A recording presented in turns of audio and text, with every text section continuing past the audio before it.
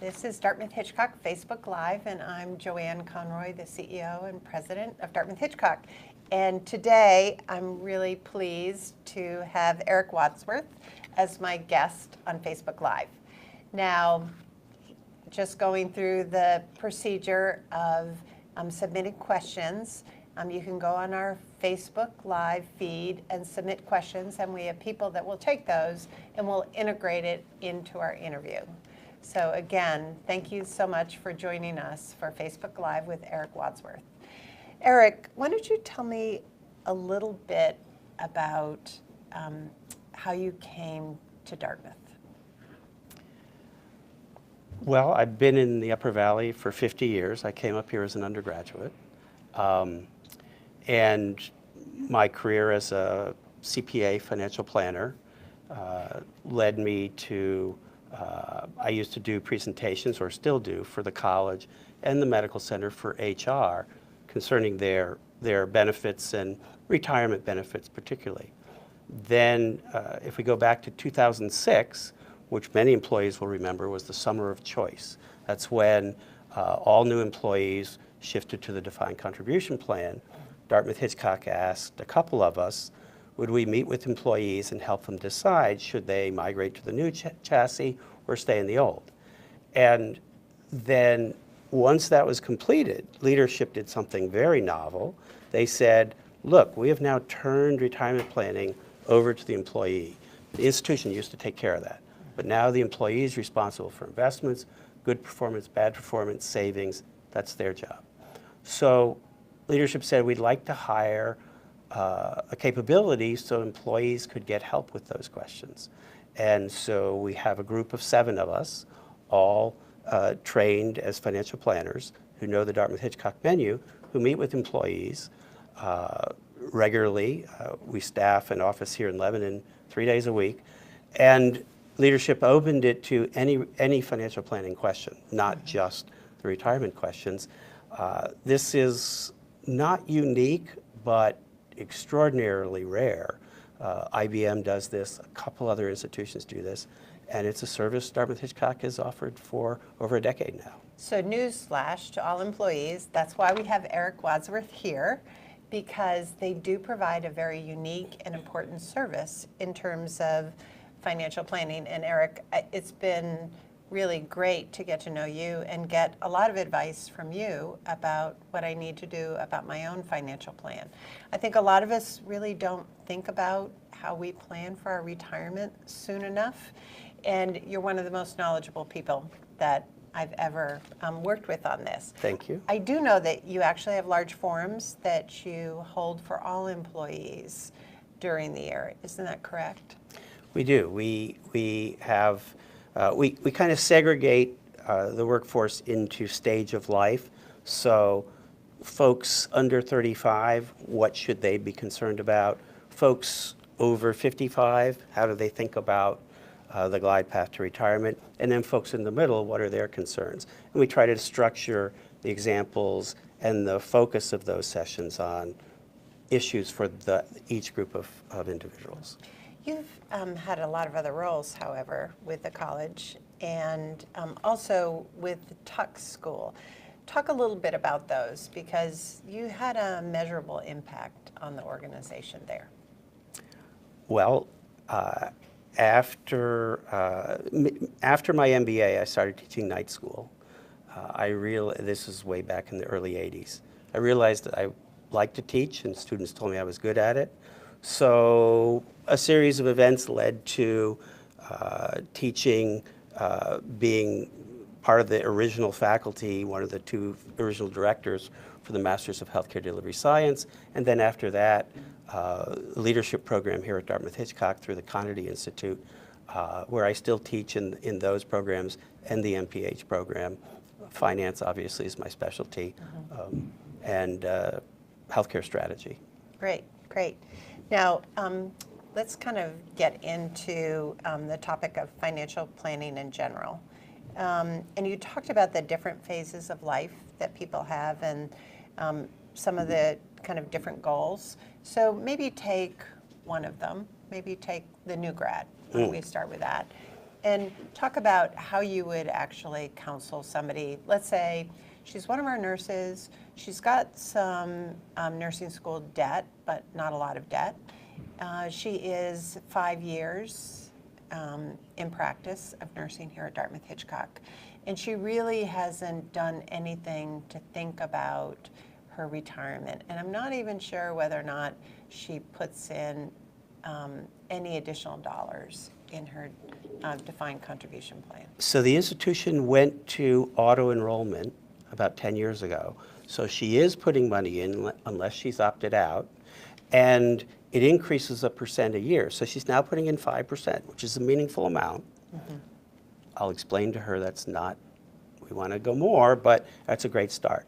So I'll start with probably the way any clinician talks to a new patient. What are your goals? What do you want to achieve? We've been introduced for 3 minutes, and I'll probably say, you know, do you want to own a house? Do you plan to get married? Are there children in your future? I disclose that I have not talked to her parents. Mm-hmm. But that becomes important as context for what are her goals. Mm-hmm. I want to go back and get a master's degree. Mm-hmm. So housing is probably out of the question. All right, so how do we plan for and fund that goal? If she says, no, I want to buy a house, all right, how do we plan for that goal? How much house can she afford without compromising other goals, such as someday I want a family, or someday I want to retire? So we'll try to take a holistic view, but based on the client telling me employee telling me what's important to them, and then we'll build a plan out of that. Obviously, few 35-year-olds are going to say retirement is important, but I'll shoehorn that into the discussion. And here's the reason.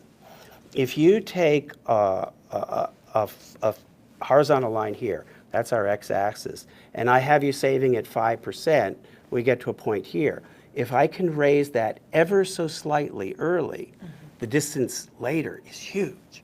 And then when you realize compounding is exponential, if I can get her started early, she has much more flexibility at the back end. And what does flexibility mean? Retiring early or retiring with greater freedom to do whatever she wants? Precisely. Those are the things. She can start to say at 60-ish, all right, what do I want to do with the next chapter? Do I want to go for the next promotion and make as much as I can? Great, let's help you do that.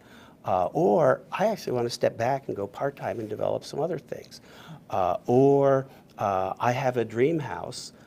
What does it take to get that dream house for my retirement? It's on the coast or near a lake. Well, those cost $1 million up here, right? Yeah. And I can actually get there if I start thinking about it soon enough. Yeah.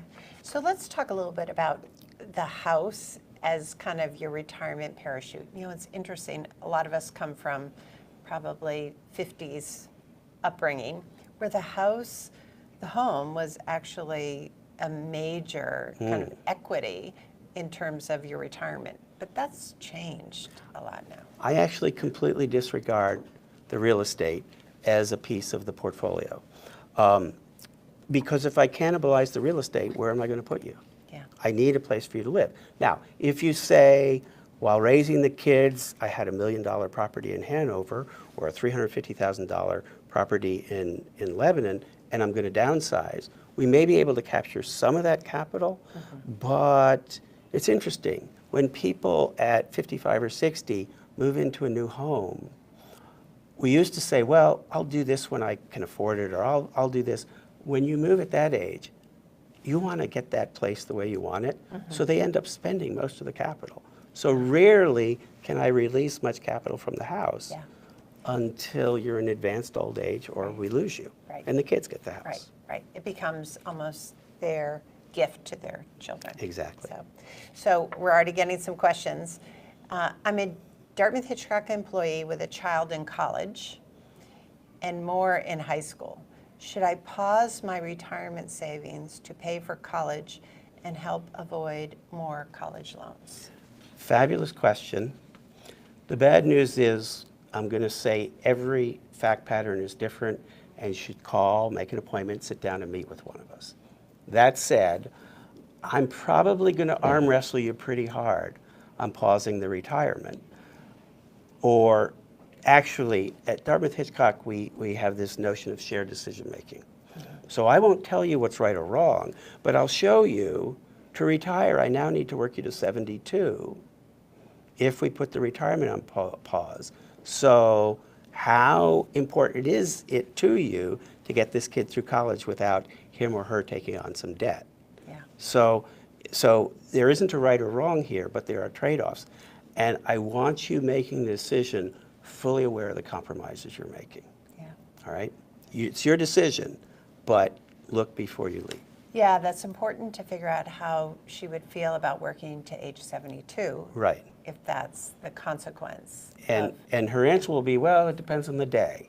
So I'll be a little bit graphic about rolling out of bed at 5 in the morning when it's 20 below, because you still have to save enough for retirement. Yeah, yeah. You know, people are working longer. And in fact, a lot of people say, you know, most people work till they're 70 because, you know, women are living till they're 90. And I don't know, Eric, if I can put up with 20 years of my husband in retirement. So, are people actually working longer? Yes.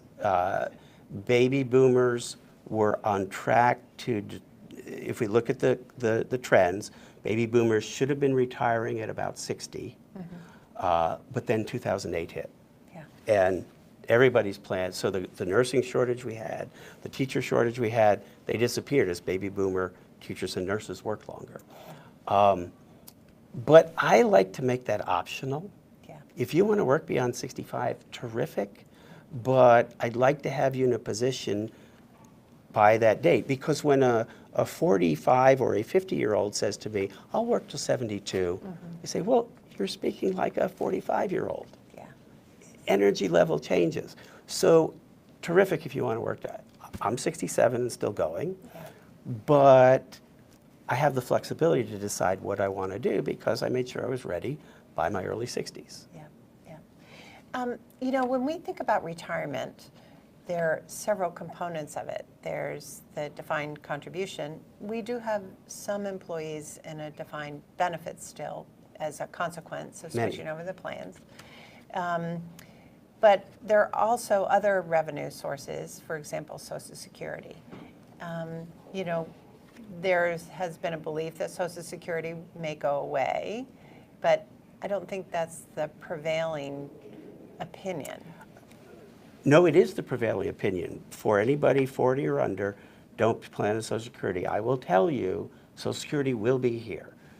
It will be a little different, but it is part of the stool that I'm confident will still be around. But if you're 40 or younger, we might discount it from the current benefits that folks are getting. Don't count on it necessarily at the current At level. the same level, correct. So we had a conversation before about how Social Security is calculated and what kind of cohort of our employees have to really think about what they might necessarily put in their HSA account versus, and it was fascinating when you told me the difference between that and your 403B. Yes, so this is a really important point. So because we've told everyone these HSAs are wonderful, the money goes in pre-tax. If it's used for health care, it comes out without paying tax. It's double tax-free, best kind of money you can have. But for folks of fairly modest income scale, let's say 50,000, household income of 50,000 a year or less, by contributing to an HSA, you're reducing your Social Security wages and likely doing fairly serious damage to your eventual Social Security benefit. So I want to look at the trade-offs. While I like the HSA and the tax treatment, I really want that higher Social Security number, which will stick with you and compound the rest of your life. If your household income over $125,000 a year, it's pretty much irrelevant. The HSA makes no difference. You're already maximizing Social Security. In between, I'd say, well, let's sharpen our pencil and see where you are and which makes the most sense. Whereas with the 403B, that actually does pay Social Security wages, and though it doesn't pay income tax, is counted in your Social Security wage base. So this is a really important point. So it's important for people to really put as much as they can in their 403B. Yes. And then really run the numbers on their HSA. It has nothing to do with the employer contribution to the HSA account, however. That's right. It's just the employee additional contribution. Correct. Okay, right, great. You know, that's really interesting. And when you brought that up, I hadn't actually thought about the long-term consequences of that, but important for people to know. Yeah, and in our energy to champion the HSA as a new way to think about more affordable healthcare insurance, it's a piece that's lost a little too often. So we talked about the young single nurse here. Let's talk about maybe a two-income family. They're probably 45 years old. They both work here. And their combined household income is probably $200,000 a year. So they've been here at Dartmouth-Hitchcock for 10 years. So they are currently, if they get the percentage point a year taken out, They're at 10%? They're at 10%, where they're contributing that to their retirement. What are the other factors that you want to have a conversation with them about to assess whether or not they're tracking appropriately to be able to retire when they want to retire? Right. So there's an unspoken word here that all financial planning is based on, and that's the budget, which nobody comes in wanting to talk about. And every meeting I have will start with, how much do you spend? How much do you need? And I'm asking, how much do you want to spend? I'll come back and tell them whether that's affordable after we've funded these goals they've identified. Once again, it's a trade-off. All right, at spending at this level, I'm going to need to work you longer. Oh, well, that's not going to happen. All right, let's talk about the options, the wiggle room we have. So budget is always on the plate. Obviously, we need to insure against risks that could derail any plan. So health insurance obviously is a must for everybody in the family, including kids. Life insurance, if I have dependents, is critical. For that single person we talked about at the beginning, only people at risk are her creditors financially if we lose her. May not be important, but if I have kids and a mortgage, I need lots of insurance, life insurance term only in almost all cases, and disability, really important for anybody in the workforce. Because if you're disabled, A, the probabilities are greater than loss of life, B, you stick around and I have to feed you. So everybody, I want to find disability insurance if I can. But life insurance, I can buy it outside at rates similar to group rates. Disability, we want to buy it through an employer. Okay. Pretty much always. Yeah. Interesting, though. I have a personal plan that I've had since 1979. Yes. And, you know, it's interesting. People say once you have them, you have to actually continue them. Right. Because you can't get a personal plan once you're in a group plan. Is that correct? Well, not exactly correct, but there was a huge push, particularly for physicians, decades ago, to make sure they had these, even in residency. They were excellent plans. They're fairly inexpensive.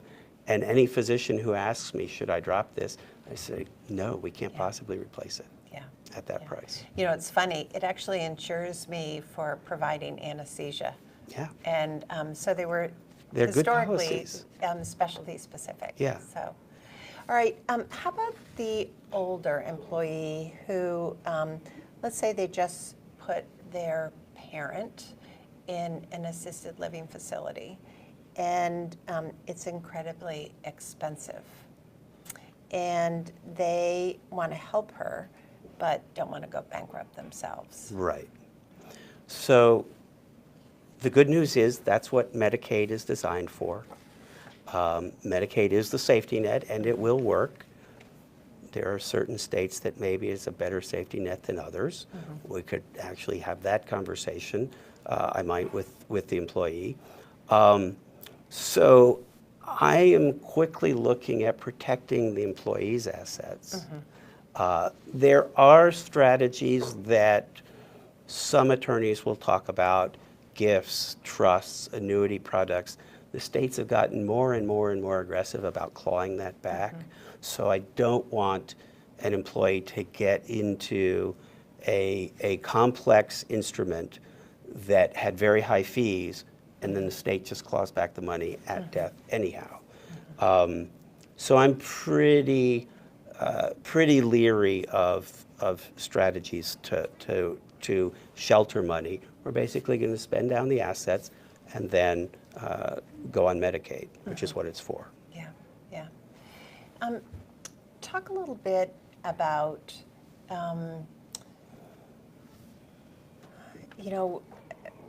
kind of the will, the trust. Those are important aspects of planning for retirement as well. Right. What advice would you give people so they can actually protect that? Yeah. It's funny that some people don't have wills, they don't have advanced planning documents. And that's, I know, part of your conversation with people. Including advance directives. And when I talk to audiences, I don't ask for hands, but it is stunning the number of Dartmouth-Hitchcock employees who don't have advance directives. So first of all, this isn't important just for retirement. This is important as soon as I have dependents, a spouse or children or some other person who's dependent on me. I need a will to direct where assets go. I'll let the attorney decide if we need trusts.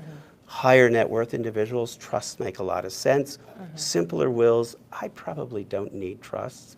I'll actually direct lower income folks at the beginning of their career, wherever, to low-cost providers in the Upper Valley. Can you do these online? Probably not. States have jurisdiction over probate, and it varies so dramatically by state. So typically want an attorney involved, but it doesn't need to be expensive. Later in your life, hopefully at my stage of career, even at your stage of career, we have more complex asset bases, and yeah, we need an attorney. It's going to cost a few bucks, but it makes a huge difference on the back end. With a good will and trust, things are very smooth. Without them, we will spend thousands making the obvious happen, even getting a house to a spouse. Yeah. Even though it's owned jointly, we will spend lots of money making the obvious happen without simple documents. Yeah. Yeah. My dad, when he died at age 90, we found he had 28 life insurance policies. And I think he was always hedging his bets. So, but it took hours and hours to actually unravel all of those. Talk a little bit about charitable donations. The tax laws have changed a lot, and you know that part of when people think about their retirement, they still want to meaningfully give back to organizations in their community. In fact, I think once they retire, they start giving in kind, they give their time. But a lot of times people really think about meaningfully making a donation that creates an impact. And nothing creates an impact more effectively than really supporting a lot of your local not-for-profits. So how has that shifted in terms of what's the best way? I hear all about these funds that you give to their charitable funds that can actually... Right. So a couple things. First of all, I often see before the client does, for the employee does, actually your retirement is fully funded. There's the flexibility to do more. Do you want to start passing money down to the kids or to charities? How do you want to think about this? Clients often say to me, do I have to? I say, well, of course not. But I want you to have the flexibility to think that way. Yeah. The current tax law did make getting full tax credit for a charitable contribution a little more difficult. There are two clear workarounds. For folks, let's say you have total itemized deductions, including interest on the mortgage, real estate taxes, and deductible real estate taxes, which have changed, and charitable contributions at $25,000. Well, the new standard deduction is $26,000. So you would be giving each year and not really getting any value. So if you bunch the deductions, you might give $35,000 or $40,000 in a year, use a trust, out of Fidelity or Vanguard, and then actually give the money the same way you were, but now you got all of that credit for that deduction, and you wait 2 or 3 years before you do it again. The other workaround is gifts for those over 59 and a half from the IRA directly to the institution won't count as a charitable deduction, but it won't show up as income. That's particularly valuable once minimum distributions are required at 70 and a half. Yeah. So those are the 2 big workarounds to still get full credit for your contributions. For your contributions. Do you think a lot of this will change even more over the next few years with the new administration? I say only fools forecast the stock market, and greater fools forecast tax law. It does say, and I'm happy to do both. Yeah. It does seem to me that the current tax law is probably not sustainable for our country. And so I expect as the current law sunsets, there will be change, but what that change will be, I couldn't guess. Yeah, yeah. So we have another question from the audience. I don't have a lot of assets and also don't have a large salary to support my family. How can your program help people like me that don't have a lot of spare money to invest? Really important question. And you know, the first thing is we're going to look at the budget together. And we're going to see where is there perhaps some wiggle room. If we see, gee, you're spending a lot on the kids, I'll arm wrestle you. Again, at the end of the day, that's your choice, but I'm going to show you how it's impacting your other goals. But even if we're at 2% into the retirement plan here, and I can get it to 3%, the advantage of the in fact, I use this as a litmus test. I tell folks, for picking a financial planner, does a financial planner or investment person say to you, are you maximizing your employer-sponsored plan? Because of the tax advantages, that's the very best place you can save, all right? And if they don't, they offer to sell you a product, I would run the other way. But if they say that, then they're looking out for you. So I am going to turn up the heat on this employee and say, all right, if you're at 3%, let's get it to 5%. I will acknowledge I'm not going to stop there, but we'll set achievable goals, and then, you know, we'll build so that hopefully by retirement, we have a little bit more nest egg than you might have without a little bit of pain now. But it's a trade-off. Do we want the pain now, or do we want to keep working indefinitely? Is there a subset of our employees that are actually active investors? Oh, yes. There are. Right. There are several employees who come see me each year. They ask me to punch holes in the plan. They know exactly what they want to do. They are extremely sophisticated investors. They just want somebody to test their model against. That's actually quite common. You know, there's been a lot of focus on socially responsible investing. And in fact, I know there's some firms that actually specialize in that. What does that mean? Well, it means different things to so many people. The original socially responsible funds, you know, did away with the sin stocks, you know, drinking, gambling, smoking. But that's become a much broader term now. How do they treat the environment? How do they treat their employees? How do they have sweatshops overseas? The data, I have to acknowledge, is conflicted. There is good work, studies that show socially responsible investing results in better financial performance. And there are other studies that say, no, if you're tossing out half of the opportunity set, you're going to underperform. I can't draw a conclusion on that. There are many employees for whom this is really important. And so it doesn't matter whether it outperforms. Can I make responsible choices investing socially responsibly? And the answer is yes. And we have, I think, chosen an excellent fund within the 403B lineup, which is a socially responsible fund.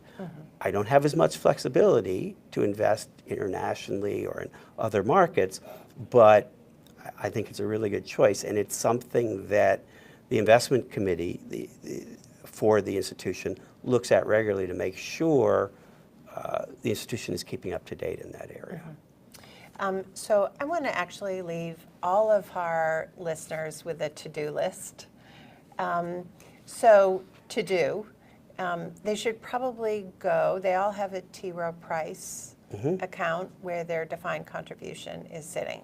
So if they haven't registered and don't have a login, they need to do that first, correct? That's right, but the institution, they already have an account. They already have and an it's account. already ticking for them. Yeah. But it's at 1 or 2%, which isn't close to enough. Yeah. So I want them to try to goose that up a little bit. So they need to, number one, if they can't remember the password or can't remember their login, who do they go to? Call T. Rowe Price. Okay. They will issue a temporary password. You go in, the first thing you do is change the password, or they can come see us and we'll take them through that. Okay. And they need to kind of look around on their page and kind of look at how their contributions are clicking. Right. Are there things that they should immediately think about? Should they calculate their time here and make sure that they understand how much is coming out of their paycheck? Or what would you direct them to I do? think the most important question is, what's your goal, and are you going to be able to achieve that goal? Regardless of how much they're putting in. We also didn't talk much about investments.